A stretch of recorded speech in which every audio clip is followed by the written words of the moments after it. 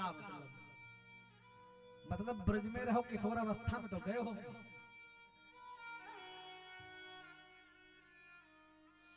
बुढ़ापे तक न पहुंचो ब्रज में, लेकिन ब्रजनंदन के द्वारा ब्रज की कथा सुन रहे, यही कहाँ कम है। तो आज धुंधली के अंदर जथा नाम है तथा गुण, जैसा नाम सारे गुण मैच करते, एकदम मैचिंग है कि नहीं।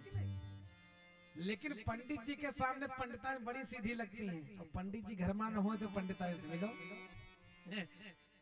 तुरंत स्वरूप बदल जाता है उनका। पंडित जी के सामने ठीक रहता है, क्योंकि पंडित जी दूसरे संस्कार देते हुए घर में समझाते थोड़ा बहुत, तो उनको लगता है समझ में। लेकिन पंडिताइन में प्रभाव कथा ही नहीं पड़ता, गलती उनकी नहीं, वो अन्न की गलती है ना। पंडित जी तो रात दिन पूजा करके लाए हैं, कमाए हैं से रे। अब भाई खाली सोचे पंडित जी आई हैं कितना नहीं है, पूजा में उनका एक पैसा मानना है, उनका सोच। इसीलिए पंडित जितने सीधे हुए उतनी पंडितान खोखार हुई, देख लो किसी घर में। हाँ है कि ना, कि पंडित देखो अब कह की बताई इन्हें की उम्र है।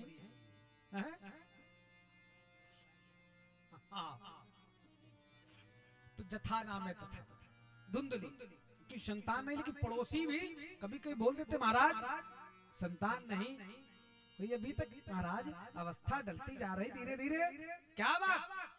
तो आज आत्मा कहते हैं भैया क्या करें, प्रभु की कृपा नहीं है इसलिए नहीं, प्रयास तो बहुत किए, भगवत कृपा से सेवा भी करते हैं भगवान की, बड़ा अनुरोध करते हैं भगवान से, सुंदर तीर्थ यात्रा भी की है, एक की पूजा पाठ जब तक भी किया है, लेकिन कोई संतान नहीं हो रही।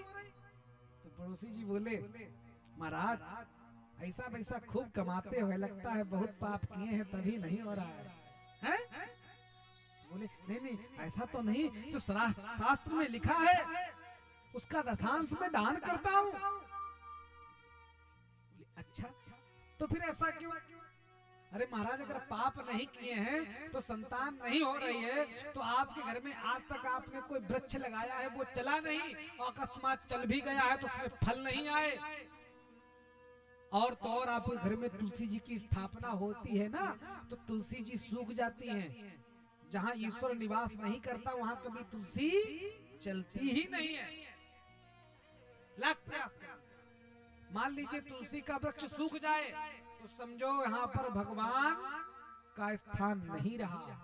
इसलिए हर घर में तुलसी की स्थापना होनी चाहिए। कार्तिक महीने में लोग महीने भर दीपक जलाते हैं, और इसलिए महीने भर जलाते हैं कि साल भर जलाओ। है? एक महीने में आदत पड़ जाएगी फिर रोज जलाओगे। है? और लास्ट में हमारे दीपावली एक दिन की नहीं होती है, हमारे यहाँ देव दीपावली शुरू हो जाती है कार्तिक में शुरू, और देव दीपावली पूर्णिमा को विश्राम लेती है। इतनी लंबी दिवाली है, दीपक को जलाने नहीं। तीर्थों में जाइए काशी आदि में मनाई जाती है, लेकिन हम तो वही पता है अमावस वाली पटाखा लगा लो, मोमबत्ती लगा दो, दीपक जला लो, और गणेश लक्ष्मी खूब चढ़ा दो, व्यवस्था फल फ्रूट और खिलौना हिलौना खाए खो लियो, बस दीपावली हो गई। तो कहते पूजा तो खूब किया रहे गणेश लक्ष्मी लावा, लेकिन पैसा ऐसा कुछ अब की आवा ना है। त्योहार को पूरा मनाया जाता, हमारे यहाँ त्योहार पूर्ण रूप से जब पूजने नहीं किया तो लाभ कैसे मिलेगा। फिर तुलसी का विवाह होता है एकादशी को, और फिर विदाई होती है पूर्णिमा को, दीप दान करते हैं लोग जाकर के, है कि नहीं। तो तुलसी भी नहीं चलती महाराज। और तो और आप कोई पशु पालन करते हैं, गाय आदि पालते हैं, तो आपके जो है गाय बंधी हुई है ना महाराज, मैंने देखा है बंध्या हो गई, ये भी कोई बच्चा नहीं दे रही है, तो अवश्य ही कोई आपने पाप किए हैं। जब इस प्रकार से वचन कहे तो आज आत्मदेव को मन में ग्लानि हो गई, लगता मैंने अवश्य कोई अनजाने में पाप किया होगा, इसीलिए मेरे यहाँ कुछ शुभ नहीं हो रहा है, संतान भी नहीं, गाय भी बंध्या है, वृक्ष भी नहीं चलते हैं, अवश्य मैं पापी हूँ। और मन में उदास हो गए। आज घर से चल दिए जंगल में, और जंगल की ओर पहुंच गए। अब जंगल में एक वृक्ष के तट के किनारे बैठे हैं, नदी के पास। जब बैठे हैं तो एक संत उधर से गुजरे। संत ने देखा कोई ब्राह्मण लग रहा है, विद्वान बैठा है। ये आंखें ऐसी कैमरा है, आपको देख करके पहचान लेंगे कितने आप धनवान हो, कितने बुद्धिमान हो, कितने बलवान हो, कितने ज्ञानी हो। सब आप 2 मिनट उससे देखेंगे, गौर से समझ जाएंगे। हाँ? और बोलेंगे तो पूर्ण रूप से समझ जाएंगे, है कि नहीं? संत ऐसे ही पहचान लेता है। पहले लोग मस्तक रेखा देखकर पहचान लिया करते, लोग कैसे, क्या स्वभाव, प्रभाव क्या है। लेकिन आज आत्मदेव को देखा संत ने, तो सोचा कि देखो विद्वान लग रहा है, चलो कुछ पूछते हो, उपाय करते हैं, क्या कारण है। आज नारद श्री राम आज संत पहुंच गए आज आत्मदेव के पास। कथम रोदसी विप्रा काते चिंता बलीयसी पदम तुम सत्वरम मह्यम स्वस्य दुख से कारणम। कथम रोदसी विप्रो, क्यों रो रहे हो? काते चिंता बलियसी, ऐसी कौन सी चिंता है बलवान जो आपको रोने पर विवश कर रही है? कथम, बोलिए आप, स्वस्थ दुख से कारण, अपना दुख बताइए हमको, आपका दुख क्या है? आज तो दुखी थे, संत ने कहा तो चरणों में गिरे, महाराज मैंने गौ पालन किया, लेकिन हमारे गौ बंध्या हो गई, कोई भी संतान नहीं गौ के हुई। तुलसी की स्थापना घर में की तो वो चलती नहीं है, सूख जाती है। और तो और महाराज मेरी कोई संतान नहीं है। आज जैसे कहा संतान नहीं है, तो बोले अरे संतान के लिए रो रहे हो? अरे मूर्ख हो, पुत्र के लिए ना, पुत्री न हो तो खूब रो, अगर बेटा हो जाए तो खूब रो, बिटिया हो लोग रो वही लगत। आज को अगर बेटा हो जाए खूब रो, बिटिया हो जाए खुशी मनाओ, हैं? तो रोटी देबे करिए, लड़कवा ना दे, सोच कितने लोग हैं, है कि नहीं? बिटिया दे देगी लेकिन बेटा नहीं देगा, है कि नहीं? देखने को मिलता है। समय समय पर चक्र आता है, समय का चक्र दर्शा देता है कि सत्य बोल रहे थे, और समझता भी जानता भी है, लेकिन मोह पुत्र पर ही है। समझाया, मुंचा ज्ञानम प्रजारूपम बलिष्ठा कर्मणो गति विवेकम तो समासाध्य त्यज संसार वासनम। अरे पंडित जी, आपके मन में पुत्र की कामना, पुत्र ने किसी को सुख दिया है जो आपको देगा। बड़े प्रतापी राजा दशरथ को सुना होगा, 4 पुत्र थे और मृत्यु का कारण पुत्र ही बना। क्या सुख पुत्र का मिला बताओ? कोई सुख पुत्र का भोगा? पुत्र का स्मरण करके पुत्र मोह में सीताराम, है? और तो और द्वारिकाधीश कृष्ण वसुदेव के पुत्र थे। पुत्र का जन्म नहीं हुआ, सूचना केवल आई थी 8वां काल होगा, पुत्र के कारण तुरंत जेल में चले गए। पुत्र का कारण है सुख मिला, पुत्र का पता चला जेल खाने पहुंच गए। क्या सुख मिला? अरे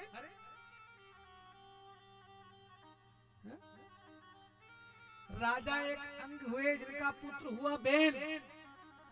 बड़ा पापी था, संतों का अपमान किया करता था, संत के श्राप से मारा गया। और वो ध्रुव वंश का पुत्र था।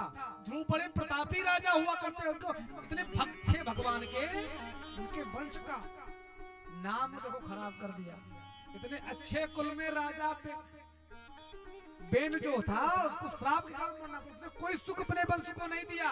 उसका मंथन करके पृथु भगवान को प्रकट किया गया वंश को चलाने के लिए। हैं? क्या सुख मिला?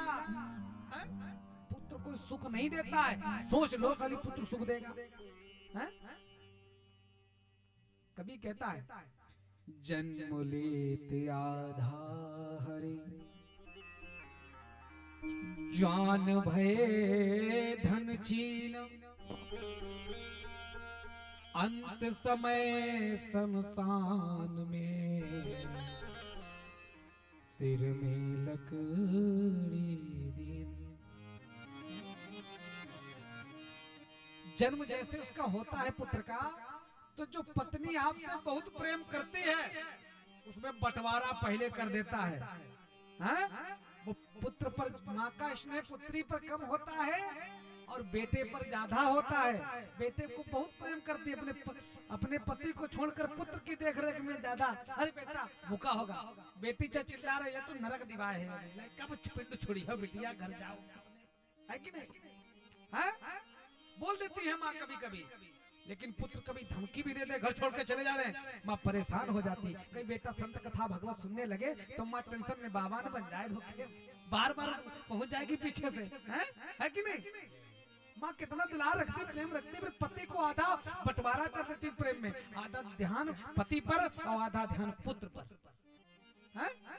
उस पर गौर, बिगड़ मत जाए कहीं लड़का, और जितना ही ध्यान उतना ही बिगड़ता है कि नहीं? जन्म लेत आधा हरे, और जैसे जवान होता बलवान तो कहता पिताजी आपने आज तक 2 पैसा कोई काम नहीं, तरक्की नहीं कर पाए, उन्नति नहीं कर पाए, कुछ बना नहीं पाए, 70 साल हो गए आपको, अब टेंशन न लो, सारा व्यवस्था हमको दिया करो, इतना बढ़िया व्यवस्था कर दूंगा आपने सोचा नहीं होगा। ज्ञान देने लगता है, धन भी छीनने की व्यवस्था बना ली, आपका मलिकातम खत्म। ज्ञान भय धन छीन। और तो और महाराज अंत समय जब आता है, अंत समय हुआ संस्कार होता है, अंतिम संस्कार, तो वो भी वहां पर प्रसन्नता नहीं, खोपड़ी पर लाठी मारता है, कपाल क्रिया करता है, और खोपड़ी की लाठी मरवावे बदले लड़का चाहता है कि नहीं? कहते पुत्र हो जाए खोपड़ी हो रही है हमारी, है कि नहीं? तो मतलब महाराज पुत्र अगर हुआ तो ठीक है, कुपुत्र हो गया तो कल्याण नहीं करने वाला। और महाराज आपके तो मस्तिष्क रेखा बता रही कि आपके 7 जन्मों तक पुत्र का कोई योग ही नहीं है। अब तो चरणों में, और क्योंकि महाराज जो 7 जन्म की बता सकता है?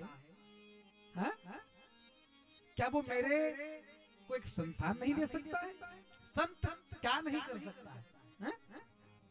महाराज मैं आपके सामने इस नदी में कूद जाऊंगा, आत्महत्या कर लूंगा, यदि मेरे पुत्र नहीं हुआ तो मैं बिना वरदान पाकर के आपसे जाने वाला नहीं हूं। संत ने कहा हम तो समस्या सुलझाने आए थे, ये तो समस्या में डाल रहा है। हमने सोचा इसको ज्ञान देंगे, ब्राह्मण है तो ज्ञान को समझेगा, ज्ञानी को ज्ञान दिया जाए, समझाया जाए। मैं कभी कभी लोगों को ज्ञान समझाता हूं तो उनको मैं मूर्ख लगता हूं, है कि नहीं? अगर ज्ञानी को ज्ञान दिया जाए तो हो सकता है वो समझने का प्रयास कर, इसलिए दिया जाता है। लेकिन हमने देखा कि मूर्ख समझ के ज्ञानी नहीं समझा। ज्ञान उसी को इसलिए कहते कथा में श्रोता अच्छे हो ना, विद्वान आएगा तो वो टिप्पणी करेंगे, मूर्ख आएगा सुनेगा तो भाव तो बनेगा। ऐसी विद्वता का क्या मतलब, जो अपनी बात कहे दूसरे को सुने ही नहीं, ऐसे विद्वान की क्या आवश्यकता?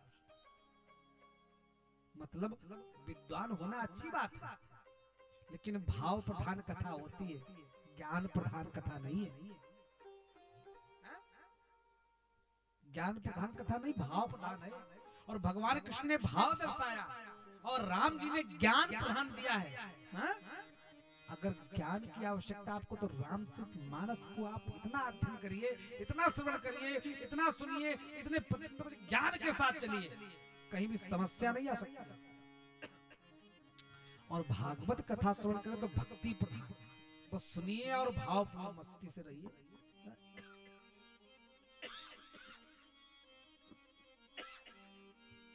तो आज समझाया, लेकिन ब्राह्मण देवता चरणों में गिर गए। महाराज पुत्र नहीं होगा तो मैं जाने वाला नहीं, यही कूद जाऊंगा नदी में, आत्महत्या कर लूंगा। तो बोले हमारे सामने करेगा आत्महत्या तो दोष मुझे भी लगेगा। तो आज आत्मदेव को एक झोले से फल निकाल कर दिया, जाओ ये प्रसाद अपनी पत्नी को खिला दीजिएगा और एक सुंदर संतान होगी। अब ब्राह्मण देवता बड़े प्रसन्न, संत ने आशीर्वाद दे दिया है, अब तो हमारे घर में संतान हो ही जाएगी। और आकर के बड़ी प्रसन्नता से अपनी पत्नी से कहा, देवी भगवत कृपा हो गई, आज मेरी तपस्या का पूर्ण फल मुझे मिल गया। बोले अरे इतना क्यों चिल्ला रहे हो, क्या हो गया? बोले हो कुछ नहीं गया, मुझे एक जंगल में संत मिले थे, उन्होंने प्रसाद दिया है कि ये फल है, अपनी पत्नी को खिला दीजिएगा और सुंदर संतान हो जाएगी। अब पत्नी को बड़ी टेंशन हुई, ये तो खुश है लेकिन मैं दुखी हूं।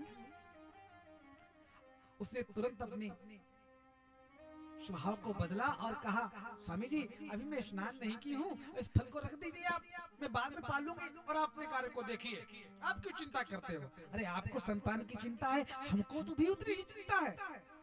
सुंदर फल को रखा दिया और जैसे ही फल को रख करके ब्राह्मण देवता बाहर गए, दरवाजे पर बैठ गई, रोने लगी, चिल्लाने लगी, चीखने लगी।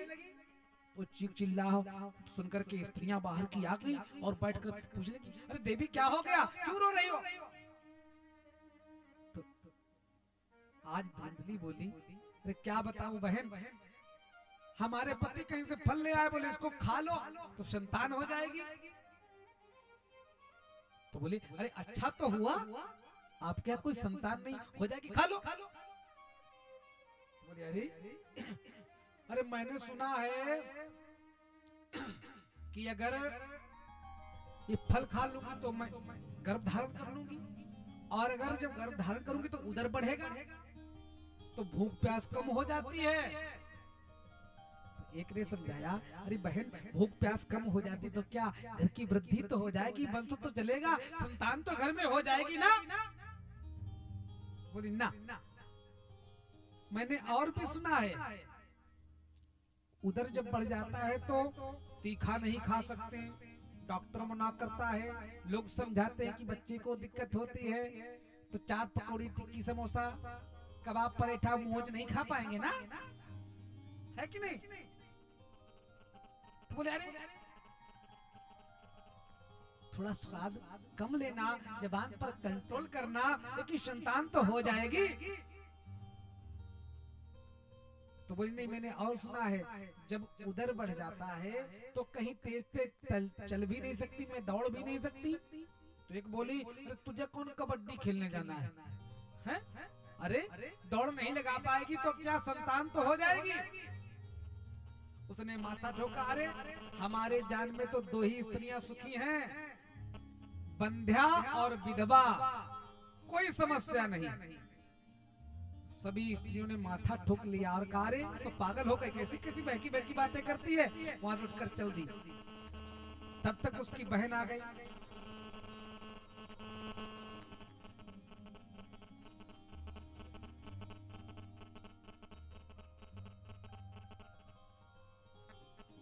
तब तक उसकी बहन आ गई।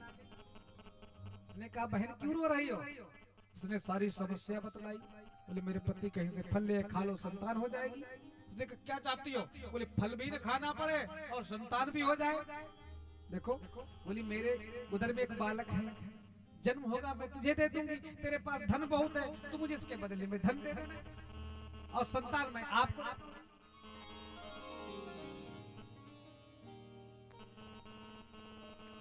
मोबाइल का ये जो खोले हो का बंद करो, मैसेज नहीं आएंगे तो कोई समस्या नहीं होगी।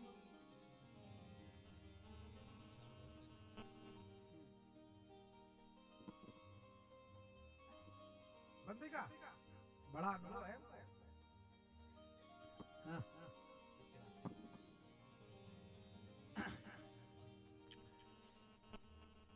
अब का कह रहा भाई? सीताराम वृंदावन बिहारी लाल की बीच में जय जयकार पता होता रहे तो पता रहे सुस्त रहे सोई जावा दे लोग बड़ा देर कथा कह रहे। और हम सोच रहे कि आज करे मौका मिला है तो एक लाइन तो पूरी कर दे, कल समस्या हो जाएगी नहीं, फिर 3 दिन तक कथा पीछे पीछे चलेगी, तब भी पीछे हो जाएगी, है कि नहीं? तो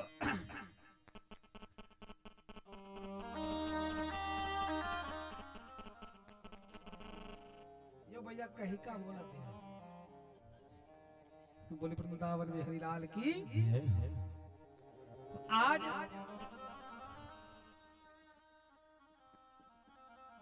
जैसे बहन को बतलाया तो बहन ने कहा मैं बदले में संतान दे दूंगी तो उसके बदले मुझे धन दे देना। तो मानो सौदा पक्का हो गया।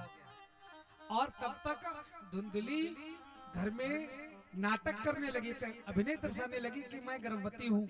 पंडित जी सीधे साधे उनको क्या पता, सीधे साधे पंडित जी सुंदर अपने कार्य पर ध्यान देते थे।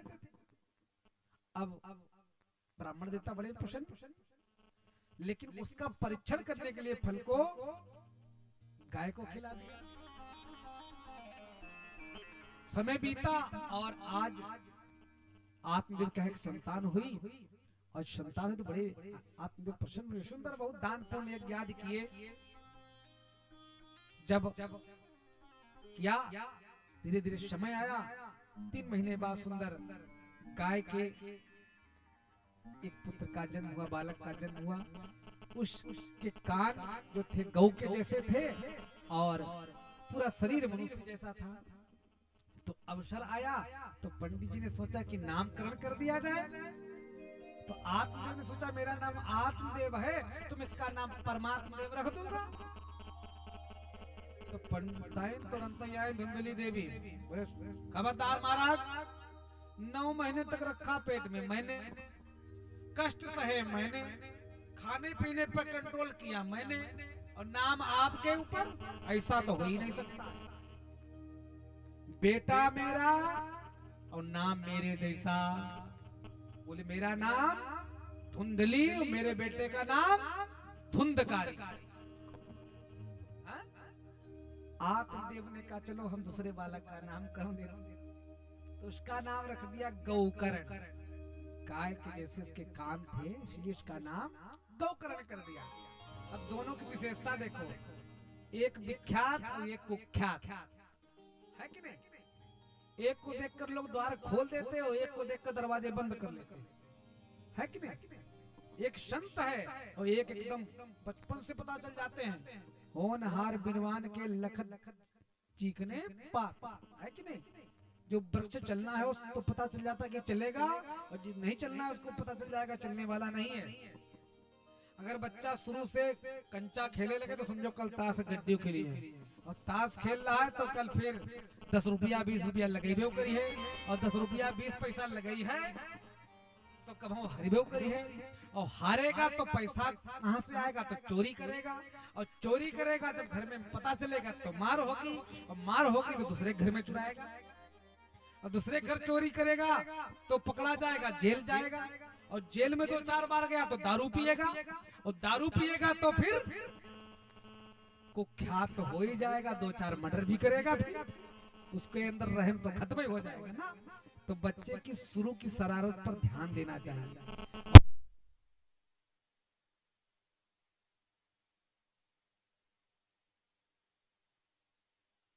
लेकिन उसके खर्चे पर लगाम नहीं, पैसा देना शुरू करे चुपके से, है? और जब बालक छोटा होता दुरुपयोग धन करने लगे समझो बिगड़ जाएगा। तो ऐसा ही होता रहा, समय चक्र चलता रहा, धीरे धीरे बड़ा हो गया। अब तो वो चोरी आदि करने लगा, जुआ आदि शराब पीने लगा, रात को दारू पी करके आता, माँ से पैसे मांगता, माँ दे देती। धीरे धीरे माँ के पास भी दिन नहीं रहा, मना कर दिया। तो आज क्रोध आ गया माँ पर, लेकिन माँ ने सहन कर लिया। देखो मैं इतना इसको प्रेम करती हूँ, मुझसे उल्टा सीधा बोलता है। और रात को काली पट्टी बांध करके और दारू के नशे में सुंदर घर में आता। नशे में जब आता तो आत्मदेव आज रात्रि को बैठे थे, उसको देखा तो बोला, बेटा आज मुझे उस संत की बात याद आ रही। उसने कहा था, बेटा लेकर क्या करोगे? बेटा नाम चलाता नहीं डुबो देता। अरे हमारे मंदिर जैसे घर को तूने शमशान बना दिया। आज समझाया उस धुंधकारी ने पिता आत्मदेव को। लगता है बुढ़ापे का असर हो रहा है पिताजी, बुढ़े हो गए, सटियाने लगे हो। अरे बर्बाद कर देगा, मैं नाम रोशन कर रहा हूँ आपका, अब बर्बादी को बतला रहे हो। जाओ, आपका मन नहीं लगता जंगल चले जाओ। आत्मदेव बैठे हुए मन ही मन उदास रो रहे थे। गोकर्ण भी बड़े आदर भाव के साथ, बड़े आदर भाव के साथ पिताजी कहा करते थे, पिताजी क्या हुआ? तो जैसे कहा तो आज सारी व्यथा बतलाई। बेटे क्या बताऊं, मेरा मन घर में लगता नहीं, जंगल चला जाऊं, बाहर चला जाऊं, तीर्थ में चला जाऊं और वन में जाकर के इतना भजन करूं तो शरीर को त्याग दूं, भगवान का दर्शन होगा। तो बोले गोकर्ण जी, पिताजी जंगल जाने से क्या भगवान मिल जाएंगे? अगर जंगल जाने से भगवान मिल जाते तो सबसे पहले हाथी को मिले होते, शेर को मिले होते। गीदड़ का जन्म, शेर का जन्म, हाथी का जन्म जंगल में ही होता है। अगर वन में जाने से जब भगवान मिल जाते तो सबसे पहले हाथी, शेर और गीदड़ को। तो आज जब समझाया लेकिन समझ में नहीं आया, तो आज सरल भाषा में समझाया कि पिताजी आप जिस शरीर को सूते मैं हूं, मैं नहीं हूं। अगर मैं हाथ हूं तो फिर थकते क्यों हूं? और मैं आंख हूं तो ये फिर दृष्टिहीन कैसे हो जाती है? यदि मैं कान हूं तो उनकी श्रवण की शक्ति नष्ट कैसे हो जाती है? और यदि मैं जीवा हूं तो फिर लड़खड़ाने कैसे लगती है? अगर मैं हूं, मैं शरीर हूं तो मेरे कंट्रोल में होना चाहिए ना। मैं जो चाहूं वही करेगी और जब तक चाहूंगा तब तक करेगी, है नहीं? हा? अब कैसे कहोगे? जैसे 4 पहिया गाड़ी, गाड़ी मेरी है लेकिन मैं गाड़ी नहीं हूं। गाड़ी के अंदर जो आदमी बैठा वो आत्मा है गाड़ी की, और वो जिधर घुमाना चाहे वो गाड़ी चलेगी। है? और कब तक चलेगी? जब तक उसकी सही सलामत सर्विस होती रहेगी तब तक वो आत्मा चलाएगी। और जिस दिन उसकी सर्विस गड़बड़ की वही गाड़ी जाकर के ठोक देगी। आत्मा में कमी आ गई तो वही शरीर का सारा, अंदर ड्राइवर कोई और है। और शरीर जब तक सर्विस भगवान भजन पूजन करते रहोगे तब तक चलते रहोगे। जब भजन दूर तो सुंदर व्यवस्था भी तुम्हारी दूर की हो गई। तो सुंदर आज समझाया, तो सुंदर आज आत्मदेव ने पुत्र की बात का स्मरण किया कि आप शरीर को शरीर मानते हो, रुधिर आदि का ये शरीर बना हुआ है। तो समझाया, समझ करके सुंदर आज आत्मदेव वन की ओर चल दिए। इधर पुत्र का यही कार्य था। आज माता जी को डांट लगाई, धन मांगा नहीं था, माता जी को एक चपोटा लगा दिया। और जैसे लगाया तो आज मां रोने लगी। देखो मैं कितना नहीं करती थी, प्रेम करती, आज मुझ पर हाथ उठा दिया। आज सहन नहीं कर पाई माँ, रात्रि में उठकर गई, एक अंधे कुएं में जाकर के कूद गई, अपने शरीर को शांत कर दिया। अब तो घर में अकेला, अब तो कहने वाला नहीं। इधर गोकर्ण देखा, पिताजी भी गए, माता जी भी चली गई। अब हम भी चलते हैं, भैया मुझे तीर्थ यात्रा में जाना है। जाओ। अब तो अकेला 5-5 वैश्याओं को लाकर के रहने लगा। और सुंदर वैश्या तो धन की होती है, उसको धन चाहिए और धन के लिए चोरी करना पड़ेगा। लाएगा कहां से? तो चोरी करने लगा और चोरी करते हुए डकैती डालने लगा। एक दिन राजमहल में जाकर डकैती डाली, बहुत सा धन लेकर आया। आज वैश्याओं ने देखा कि ये धन राजा का है, यदि पकड़ा गया तो ये तो दंड पाएगा ही और मुझे भी दंड मिलेगा। तो अपनी प्राण की रक्षा करने के लिए धुंधकारी को आज रात्रि में चारपाई से बांधा और गला दबा करके उसको मारने का प्रयास किया, लेकिन उसने जीवन में इतने पाप किए थे, उसकी मृत्यु सरलता से नहीं हो रही थी। तो उसके मुख में जलते हुए आग के अंगार डाल दिए, लेकिन फिर भी वो मरा नहीं। उसको जिंदा ही उस महल में आत्मदेव के दफना दिया और वहां से वैश्याएं धन लेकर के चंपत हो गई। अब इधर जब पता चला गौकर्ण को, उन्होंने पिंडदान आदि किया। कुछ समय के बाद जब गौकर्ण वापस आए नगर में, तो उन्होंने सोचा कहाँ जाऊं, रात्रि में आया हूं, किसी को क्यों परेशान करूं, तो आत्मदेव के महल में ही विश्राम किया जाए। सुंदर वहां पर आए और अर्धरात्रि थी। सुंदर बैठ करके भजन करने लगे। जैसे ही माला हाथ में ली और भगवान का भजन करने को शुरू किया, वैसे ही आग का गोला ऐसा दिखाई पड़ रहा, कभी भेड़िया बन के, कभी हाथी, एक छाया आकार खड़ी हो जाती है, नाना प्रकार के रूप धारण कर रही। तो आज हाथ में जल लिया गौकर्ण ने और छिटा दिया, भैया आप कौन हो और मुझे बार बार क्यों परेशान कर रहे हो, क्यों भयभीत कर रहे हो, मैं भजन में बाधा आ रही है। तो उस छाया ने सामने आकर के हाथ जोड़ के खड़े होकर बोली, अहम भ्राता तुदीयोऽस्मि धुंधकारी नामता स्वकीयेनैव दोषेण ब्रह्मत्वं नासितं मया। भैया मैं आपका भ्राता हूँ, अहम भ्राता तुदीयोऽस्मि, और मेरा नाम धुंधकारी है। बोले आपकी गति कैसे हो गई ऐसी? स्वकीयेनैव दोषेण, अपने किए हुए पापों का फल है। आज मैं इस अवस्था में हूँ, मैं प्रेत बन गया हूँ और प्रेत योनि सबसे कष्टदायक होती है। इसी देखो एक बात समझने की आजकल की पीढ़ी को है, पता इसलिए देता हूँ, लोग कहते भूत लग गया, प्रेत लग गया। भूत प्रेत को कुछ खाने को नहीं मिलता, केवल वो वायु पाता है, और इसीलिए सोते समय जूठा मुंह नहीं सोना चाहिए। जो जूठा मुंह सोता है तो प्रेत होता है, वो उसके मुख पर आक्रमण करता है, खाने के लिए दौड़ता है कि खाने को मिल जाएगा, लेकिन खा नहीं पाता है और उसके ऊपर उसका प्रभाव हो जाता है कि वो उसके माध्यम खाना चाहता है, लेकिन खा फिर भी नहीं पाता है। वायु तक आहार में मिलती, वायु केवल पाता है। इसलिए सोने से पहले कुल्ला करके लोग सोते, वस्त्र नहीं जूठे पहनते थे, बिस्तर पर खाना पीना नहीं खाते थे कि अशुद्ध हो जाएगा है? लेकिन आजकल खुदा ही भूत है, डरेबे नहीं कहीं है?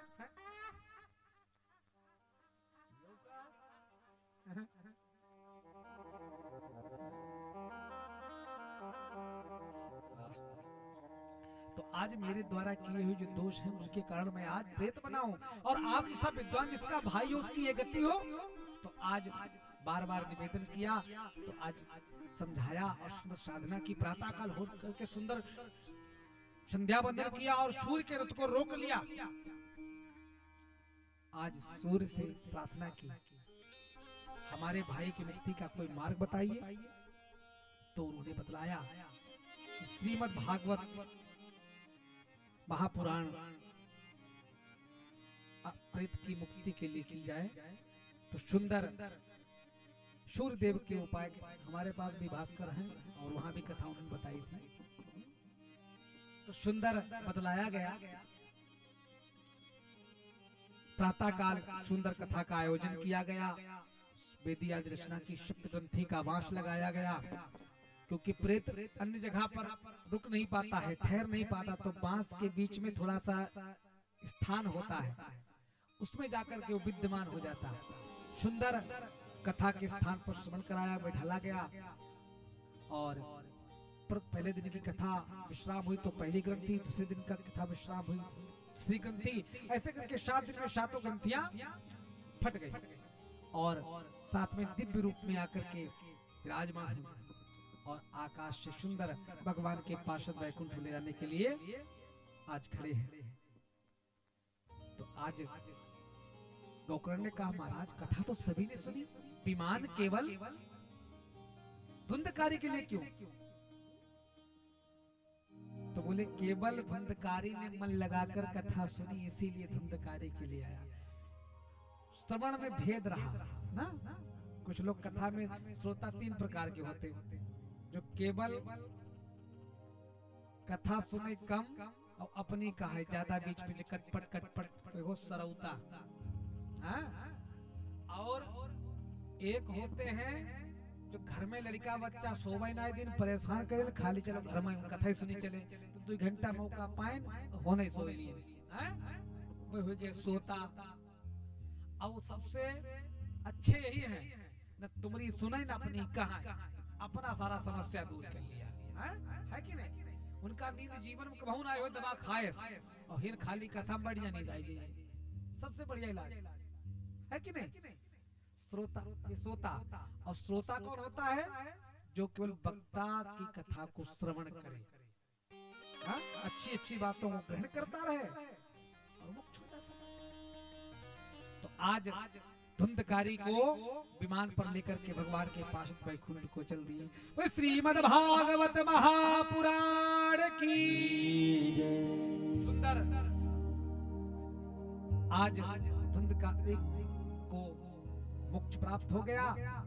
इधर श्रावण के मास में पुनः गोकर्ण ने भागवत कथा का आयोजन किया और आज कथा का विश्राम दिवस हुआ तो सभी के लिए विमान आए और सभी बैकुंठ गए। अब आजकल अगर आ भी जाए तो कोई जाएगा ना, हम नहीं जाएंगे, है कि नहीं? कोई जाने को तैयार नहीं होगा अगर आ भी जाए, है कि नहीं?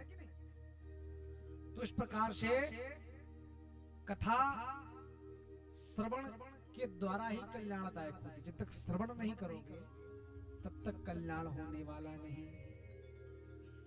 तो बोले कथा श्रवण की विधि क्या है? नारद जी ने शनकादिक ऋषियों से पूछा। तो बोले कथा श्रवण की विधि, पहले तो पंडित जी को बुलावे, मुहूर्त निकलवावे, सुंदर उस मुहूर्त के लिए पत्रिका आदि का निर्माण करें, सुंदर सूचना दें और जब तिथि आवे सुंदर विधि आदि की रचना कर सुंदर तुलसी जी की स्थापना, भगवान आदि का पूजन करके शोभा यात्रा आदि के द्वारा सुंदर भगवान कथा भागवत जी को स्थापित कर और विधि विधान के साथ ब्राह्मणों को वर्ण करके कथा को श्रवण करना चाहिए। कथा के लिए इतना धन एकत्र करना चाहिए जितना कि कन्या की विवाह में धन एकत्र करना पड़ता है। कथा की छोटी बड़ी हो सकती है, लेकिन जितना विवाह में धन लगता है उतना कथा में भी लगता है। तो कथा श्रवण की विधि क्या? पहले तो यजमान को निराहार रहना चाहिए। निराहार, लेकिन निराहार कोई रह नहीं सकता, तो कुछ फलाहार ले ले, तब भक्ति श्रद्धा के साथ जो भी बने। और यदि फिर भी नहीं बनता है तो खूब खाओ 10 बार। सरस्वती कहती है निराहारो यताहारो तन मनुष्को समाहित। निराहार रहना चाहो तो निराहार, फलाहार रहना चाहो फलाहार, और आपकी मन की शक्ति नहीं है तो आप 10 बार खाओ लेकिन कथा जरूर, लेकिन जैसा मन करे आप। तो आज सुंदर श्रवण विधि बतलाई और इधर भगवत कृपा से नारद जी आज कथा सुन रहे हैं। उनके मध्य में सुंदर आज भक्ति और ज्ञान वैराग्य का प्रादुर्भाव हो गया। जैसे ही प्रादुर्भाव हुआ सभी लोग प्रसन्न हो गए, जय जयकार करने लगे शनकादिक ऋषियों की। देखो भागवत जी का कितना प्रभाव है। ज्ञान वैराग्य का बुढ़ापा दूर हो गया। आश्रय प्रसन्नता से सुंदर भगवान का भजन करने लगे। और भजन कैसे करने लगे। आज प्रहलाद आ गए। प्रहलाद तारधारी तरल गदितया चौदवा का सिरहारी वीराधारी सुरहरसी सुर कुशलतया राग करतार्जुनोद्भूत इंद्रोद्वादी मृदांगम जय जय करासु करा कीर्तने ते कुमारा यथाग्रे भाव भक्ता सरस जनया व्यास पुत्र प्रहलाद ये ताली बजा रहे हैं और उद्धव जी जो नहीं होते जुना वाला काश्यधारी सुंदर बजा रहे हैं और बीड़ा नारद जी लेकर के राग छेड़ रहे हैं, स्वर से गा रहे हैं और अर्जुन जी ने राग छेड़ दिया। इंद्र जो है मृदांग बजा रहे हैं और जय जयकार का स्वर संत कुमार जी लगा रहे हैं और व्यास जी के पुत्र जो सुखदेव जी बीच में समझा रहे हैं और सभी लोग संकीर्तन कर रहे हैं। श्री कृष्ण गोविंद हरे मुरारे हे नाथ नारायण वासुदेवा। श्री कृष्ण गोविंद हरे मुरारी हे नाथ नारायण वासुदेवा। कृष्ण गोविंद हरे मुरारी हे नाथ नारायण वासुदेवा। श्री कृष्ण गोविंद हरे मुरारी हे नाथ नारायण वासुदेवा। हे नाथ नारायण वासुदेवा। हे नाथ नारायण वासुदेवा। हे नाथ नारायण वासुदेवा। हे नाथ नारायण वासुदेवा। श्री कृष्ण गोविंद हरे मुरारी हे नाथ नारायण वासुदेवा। श्री कृष्ण गोविंद हरे मुरारी हे नाथ नारायण वासुदेवा। भक्ति सुतौ तौ करुणी गहिका प्रेमै करुता सहसा विराशी। भक्ति सुतौ तौ करुणी गहिका प्रेमै करुता सहसा विराशी। श्री कृष्ण गोविंद हरे मुरारी हे नाथ नारायण वासुदेवा। स्वामी सखा हमारे नाथ नारायण वासुदेवा। पितु मातु स्वामी सखा हमारे। पितु मातु स्वामी सखा हमारे। पितु मातु स्वामी सखा हमारे। पितु मातु स्वामी सखा हमारे। हे नाथ नारायण वासुदेवा। श्री कृष्ण गोविंद हरे मुरारी हे नाथ नारायण वासुदेवा। श्री कृष्ण गोविंद हरे मुरारी हे नाथ नारायण वासुदेवा। हरे मुरारी हे नाथ नारायण वासुदेवा। कृष्ण गोविंद हरे मुरारी हे नाथ नारायण वासुदेवा। पितु मातु पितु मातु स्वामी सखा हमारे। पितु मातु स्वामी सखा हमारे। हमारे, पितृमातु स्वामी सखा हमारे, पितृमातु स्वामी सखा हमारे, हे नाथ नारायण वासुदेव, श्री कृष्ण गोविंद हरे मुरारी, हे नाथ नारायण वासुदेव, श्री कृष्ण गोविंद हरे मुरारी, हे नाथ नारायण वासुदेव, श्री कृष्ण गोविंद हरे मुरारी, हे नाथ नारायण वासुदेव, नाथ नारायण वासुदेव, हे नाथ नारायण वासुदेव, हे नाथ नारायण वासुदेव, हे नाथ नारायण वासुदेव, हे नाथ नारायण वासुदेव, हे नाथ नारायण वासुदेव, हे नाथ नारायण वासुदेव, हे नाथ नारायण वासुदेव, हे नाथ नारायण वासुदेव। बोले वृंदावन बिहारी लाल की जय हो।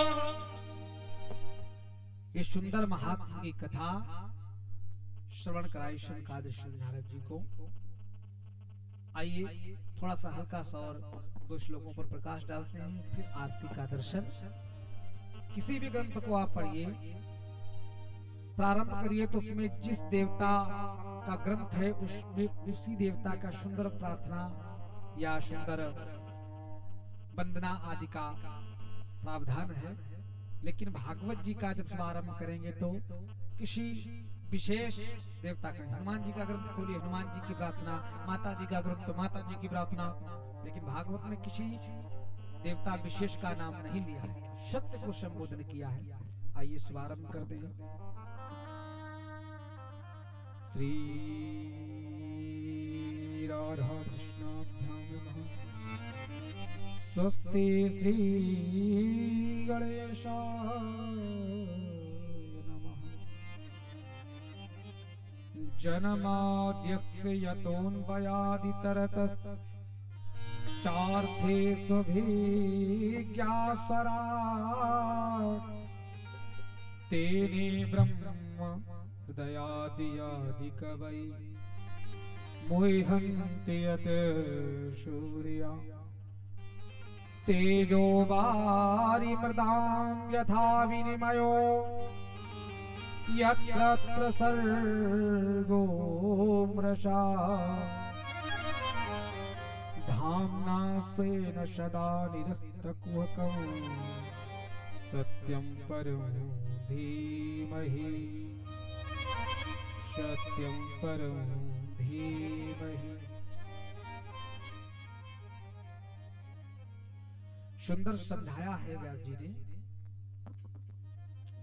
भगवान के विशाल स्वरूप को। ब्रह्म कैसा है? स्वराट। और उसको समझने में ब्रह्मा देवता भी अनभिज्ञ हो जाते, समझ नहीं पाते हैं। हाँ? कभी कोई जैसे देखिए थल में जल का स्मग होता है, कभी गर्मियों का मौसम हो, रोड को देखिए तो पता चलता दूर बड़ा चमकीला सा बरसात हुई हो, पानी जैसा पड़ा है। जब नजदीक जाए तो कुछ नहीं है, है कि नहीं? तो भ्रम हो जाता है। और लेकिन ईश्वर से सूर्य को रखिए, देखिए, और घड़े रख लीजिए कई, लेकिन सूर्य तो एक ही है, लेकिन घड़े हजार रखिए तो हजारों में सूर्य अलग अलग दिखता है कि नहीं? तो भगवान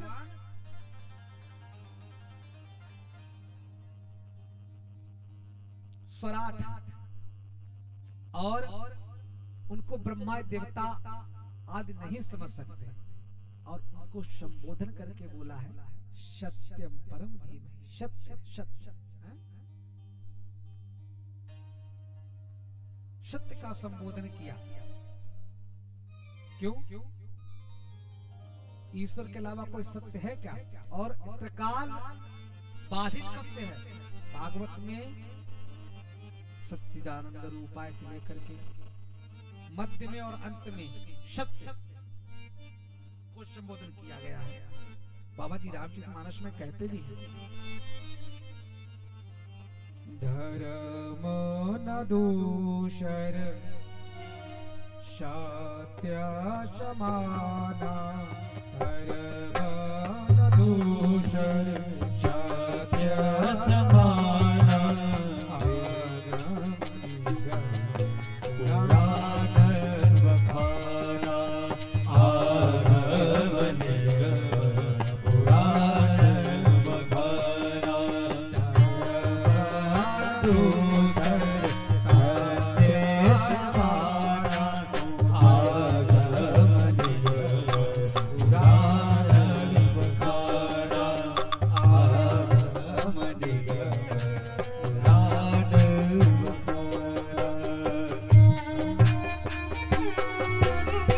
आगम निगम पुराण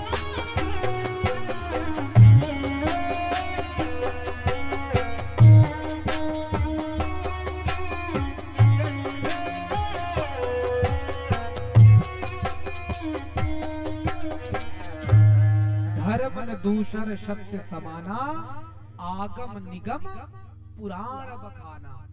सत्य क्या है? सत्य ही नारायण ही सत्य है। हाँ? हर एक धर्म ही सिखाता है कि सत्य बोलो। कथा सुनना, भागवत सुनना तब सार्थक है जब हम सत्य पर चल करके श्रवण करें, झूठ बोल करके नहीं। धर्म न दूषर सत्य समाना, आगम निगम पुराण बखाना। दूसरे श्लोक में सुंदर व्याख्या व्यास जी ने की है। धर्मा प्रोजित कैतवोत्र परमो निरमा सराणाम शतम्, वेद्यं वास्तवमत्र वस्तु शिवदम्, तापत्रयो न मूलनम्। श्रीमद्भागवते महामुनिकृते किं वा परेरीश्वरा, सद्यो हृदयमरुद्धत्रकतभिः शुश्रुभिस्तत्क्षणात्। धर्म क्या है? हा? धर्म है क्या? बहुत सुबह 4 बजे उठ करके स्नान करना धर्म है क्या? हा? बहुत सी संपत्ति को दान कर देना धर्म है क्या? और बहुत ज्यादा माला पूजा करने लगो तो सब धर्म है क्या? हा? नहीं। सत्कर्म धर्म। तो यहाँ पर उनके लिए कहा गया संत लोगों को क्या चाहिए? हा? धर्म आप जिनको कुछ नहीं चाहिए, न धन चाहिए, न मकान चाहिए, न मुक्त चाहिए, हा? केवल दूसरे के कल्याण के लिए। संतों को क्या चाहिए? जिनके गोत्र से हम जाने जाते हैं, उन्होंने इसलिए तप किया, यज्ञ किया, दान किया, पुण्य किया, साधना की, भगवान को प्रकट किया, इसलिए कि समाज का कल्याण हो। तो वो भी बहुत कुछ मांग सकते थे ईश्वर से। और वो तापत्रोन्मूलन करती क्या है भागवत? तीनों प्रकार के तापों का उन्मूलन करती है भागवत कथा। तापत्रोन्मूलनम। और शिवदम भागवत देती क्या है? सदैव कल्याण करने वाली। हा? तीनों प्रकार के ताप, दैहिक दैविक भौतिक तापा, राम राज्य का हुई नहीं व्यापा। तीनों प्रकार के तापों का शमन करती है। सुंदर श्रवण कराया। तीसरे श्लोक में या निगम कल्पतरोरगलितं फलम् शुकमुखामृत द्रव संयूतम् पिबत भागवतं रसमालयम् मूरहो रसिका भुवि भावुका। निगम एक वृक्ष है। निगम तो वेद को कहते हैं, लेकिन वेद रूपी वृक्ष, इसकी शाखाएं जो है पुराण आदि ग्रंथ है, लेकिन इसका पका हुआ फल क्या है? कहाँ चले गए साउंड वाले? बिल्कुल आवाज खराब हो गई भाई। तो पका हुआ फल है श्रीमद् भागवत। और ये भागवत बोले पका हुआ फल है तो नीचे गिरा होगा, फूट गया होगा। गलितम फलम, गला हुआ है, परिपक्व है, लेकिन गिरने पर फूटा नहीं, हाँ? एकदम खाने योग्य है और मीठा है, परिपक्व है। तो बोले कैसे जाने परिपक्व है? बोले इसमें सुखदेव जी ने चोंच लगा दी है ना, तोता उसी में चोंच लगाता है, इसमें जो पका होता है अथवा या मीठा होता है, हाँ? हल्का सा जो लाल पकड़ का, हल्का लोग बोलते हैं कि अधपका मीठा आम है ना, उसी में चोंच लगाता है जिसमें मीठापन होता है। अथवा खट्टा फल भी चोंच लगाने से मीठा हो गया है, यह तोता उसी में चोंच लगाता है जो पहले से ही मीठा होता है, हाँ? तो सुंदर सुखदेव ने चोंच लगा दी, इसलिए प्रमाणित हो गया है कि भागवत ग्रंथ परिपक्व है और मीठा है। तो बोले इसको खाने को फल खाया जाता है, पीने की बात कर दी, पीने की बात कर दी। फल कोई पीता है क्या? बोले हाँ पियो, पियोगे तो हृदय में जाके विद्यमान हो जाएगा ना। कथा तो बड़ी विस्तार की है, लेकिन सुनाएंगे छोटी सी, तुमसे परेशान भी हो गए। बोले प्राण ले लेंगे का? तो पीने के लिए नहीं कहा गया, पीने के लिए कहा गया, क्योंकि पियोगे तो कानों के द्वारा हृदय में जाकर विराजमान हो जाएगी, और अगर खाओगे तो खाने के बाद हृदय में नहीं रहता है। कोई बातें, कोई देखो किसी का सम्मान कोई करता हो, ये सत्य में जान सकता है, जिसका सम्मान करता हो और कोई उसको फटकारे डांटे तो क्रोध बहुत आता है उस व्यक्ति पर, लेकिन वो बातें पी जाता है और वो सदैव बातें हृदय में विराजमान रहती है, एक एक शब्द, और याद रहता है कि नहीं? हाँ? तो उसी प्रकार से अगर किसी ने गुस्से में आपको डांटा, वो हृदय में जीवन पर्यंत आपके शब्द रह सकता है, तो उसी भाव के साथ भागवत कथा जीवन में उतार लीजिए आप एक बार, तो हृदय में सदैव विद्यमान रहती, स्मरण रहती है, कभी भुलाई नहीं जा सकती। हाँ? तो सुंदर, इसको यहीं पर विराम करते हैं, कल थोड़ा सा प्रकाश डाल करके सीधे चलेंगे। आज साउंड भी गड़बड़, टीमों गड़बड़, हमो गड़बड़, हाँ? और सिग्नल भी गड़बड़, लाइव प्रसारण हो नहीं पा रहा। कल सुबह डी लाइव होगा इसका, यूट्यूब और फेसबुक पर ये कार्यक्रम लाइव होगा। आज जैसा है देखेंगे सुनेंगे, ठीक ठाक है तो लाइव करेंगे, उन्हें थोड़ा बहुत करेंगे, है कि नहीं? और कल से विस्तार से लाइव चलेगा, नहीं तो डेली डी लाइव रिकॉर्डिंग होकर के लाइट बार बार डिस्टर्ब कर देती है। तो अब तो बढ़िया चल रही है, मालूम पड़ता कोई समस्या नहीं।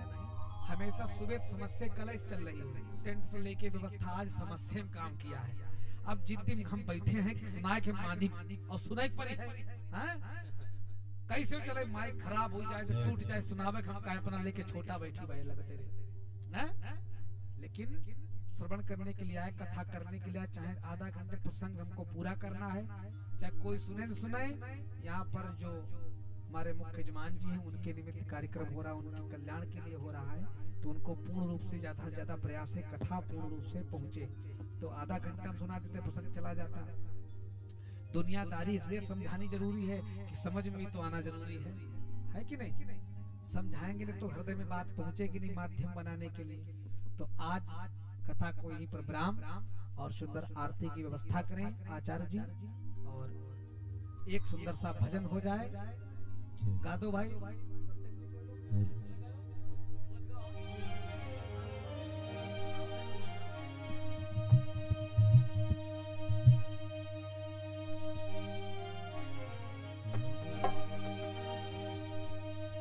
श्री राधा रानी सरकार की जय।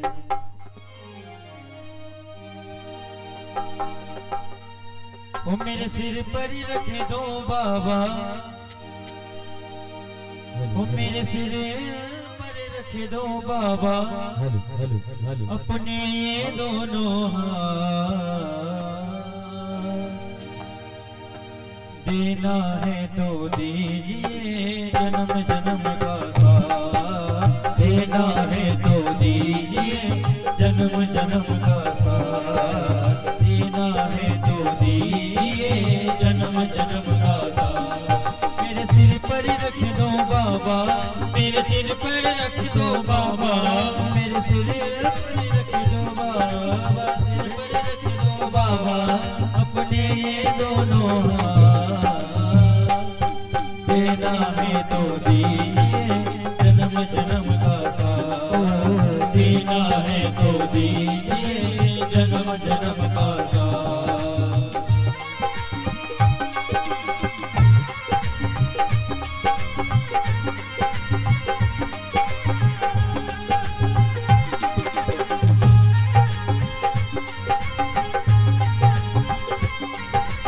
सभी गाइए मीठी मीठी ताली बजाते हुए।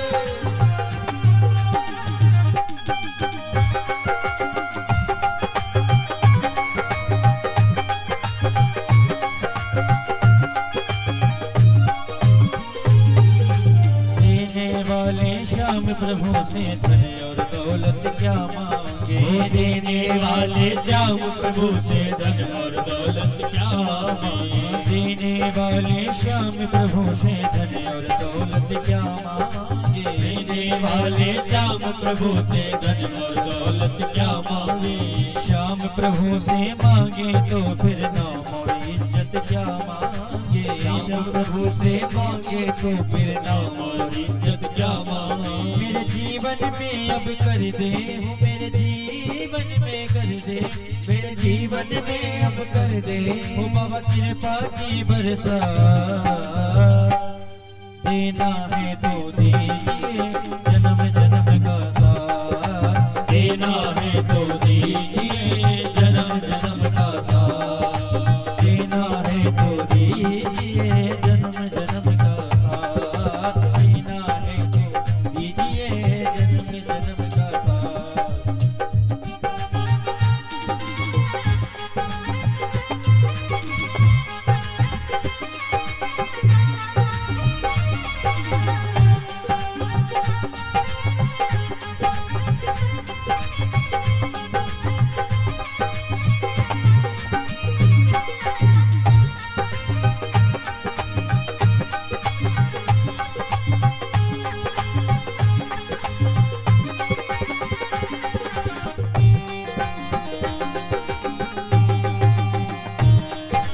हरि बोल।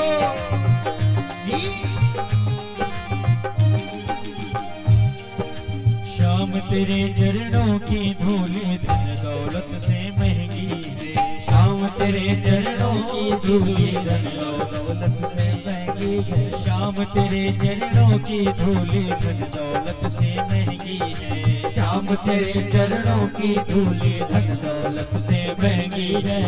एक नजर कृपा की बाबा नाम इज्जत से महंगी है, एक नजर कृपा की बाबा नाम इज्जत से महंगी है, एक नजर कृपा की बाबा नाम इज्जत से महंगी है, एक नजर कृपा की बाबा नाम इज्जत से महंगी है।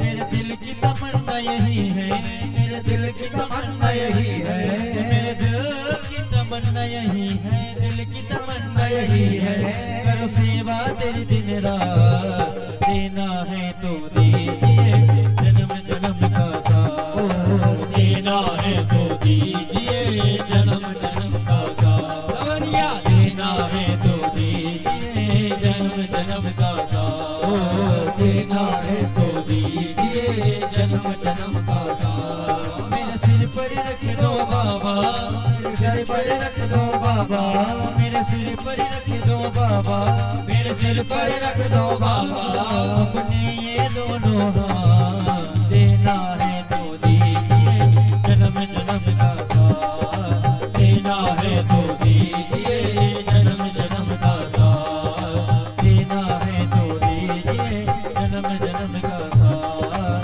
देना है तो दीजिए जन्म जन्म का साथ, देना है तो दीजिए जन्म जन्म का साथ, देना है तो दीजिए जन्म जन्म का साथ। श्री कृष्ण कन्हैया लाल की जय। ये सभी भक्त अपने यथास्थान खड़े हो जाएंगे, भगवान की पावन व दिव्यमयी मंगलमयी आरती करेंगे सभी भक्त।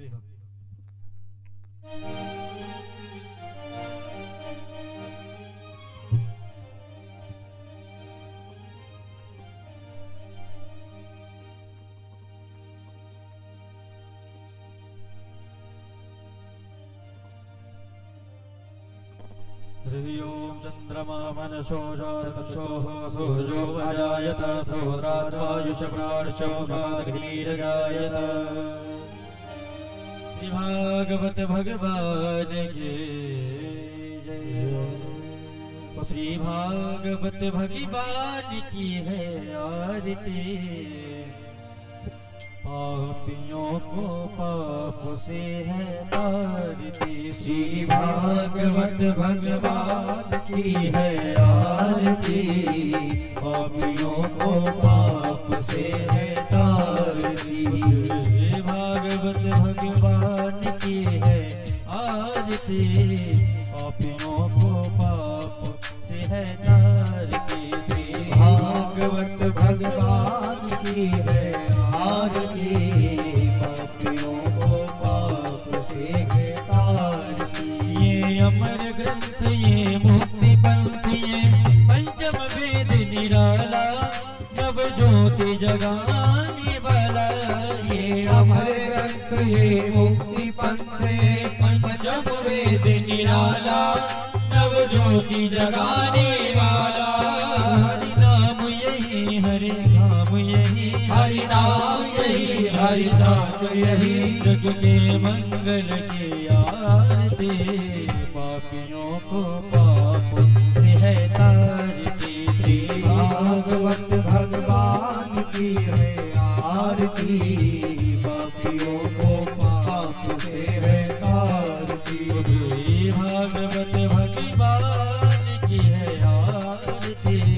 पापियों को पाप से है तारती। की है आरती। पापियों को पाप से तारती। ये शांति गीत पावन पुनीत पापों को मिटाने वाला हरि दर्श कराने वाला। ये शांति गीत पावन पुनीत पापों को मिटाने वाला हरि दर्श कराने वाला। ये शांति गीत पावन पुनीत पापों को मिटाने वाला हरि दर्श कराने वाला। ये शांति गीत पावन पुनीत पापों को मिटाने वाला हरि दर्श कराने वाला। ये सुख करनी ये दुख हरणी ये सुख करनी ये दुख हरणी। ये सुख करनी ये दुख हरणी ये सुख करनी ये दुख हरणी। मधुसूदन की आरती। पापियों को पाप से है तारती। श्री भागवत भगवान की है आरती। पापियों को पाप से है तारती। ये मधुर बोल जगपंथ खोल सन्मार्ग दिखाने वाला बिगड़ी को बनाने वाला। ये मधुर बोल जगपंथ खोल सन्मार्ग बताने वाला बिगड़ी को बनाने वाला।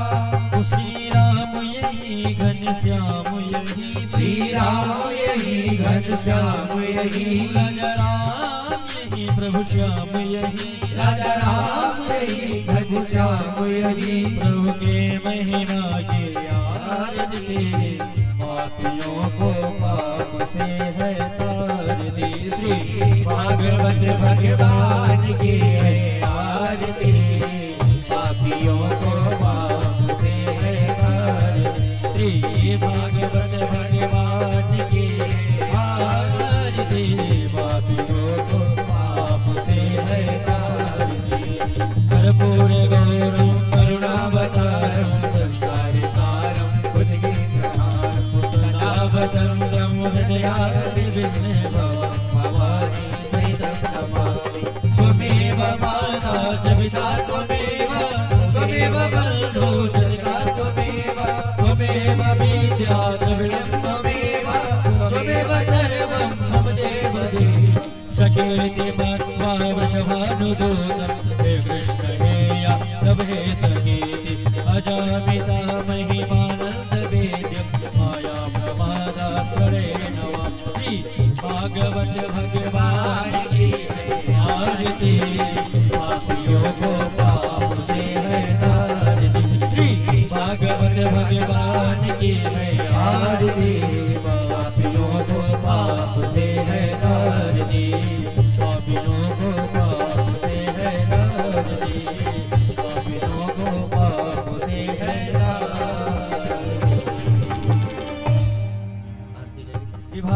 पार्वत भगवान की जय हो। प्रेम शिवली गजानन महाराज की देवास्तानि धर्माणि प्रथमान्यासन्ना देहनागम महिमानः सहस्रैर्पूर्वे साध्याः सन्ति देवाः। करारविन्देन पदारविन्दं मुखारविन्दे विनिवेशयन्तं वटस्य पात्रा सपुटे शयानो बालमुकुन्दं मनसा स्मरामि। कायेन वाचा मनसैन्द्रियैर्वा बुद्ध्यात्मना वा नुसृता स्वभावात् करोमि यदया सकलं परस्मै नारायणेति समर्पयामि।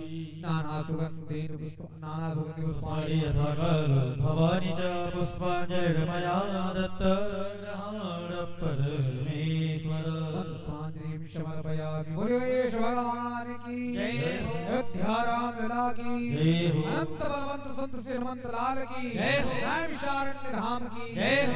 88,000 ऋषियों की जय हो। 33 कोटि देवताओं की जय हो। वृंदावन बिहारी लाल की जय हो। आनंद कंद श्री जगन्नाथ भगवान की जय हो। लक्ष्मी नारायण भगवान की जय हो। श्री परिवार की जय हो। ललिता मैया की जय हो। दुर्गा मैया की जय हो। काली मैया की जय हो। गायत्री मैया की जय हो। तुलसी माता की जय हो। सत्य सनातन धर्म की जय हो। श्रीमद् भागवत महापुराण की जय हो। धर्म की जय हो। अधर्म का विनाश हो। प्राणियों में विश्व का कल्याण हो। पार्वती पतये हर हर महादेव। जय श्री राम। आज विलंब हो गया कार्यक्रम में। कल ठीक 2 बजे से और फिर तो हमारी इच्छा से विश्राम होगा।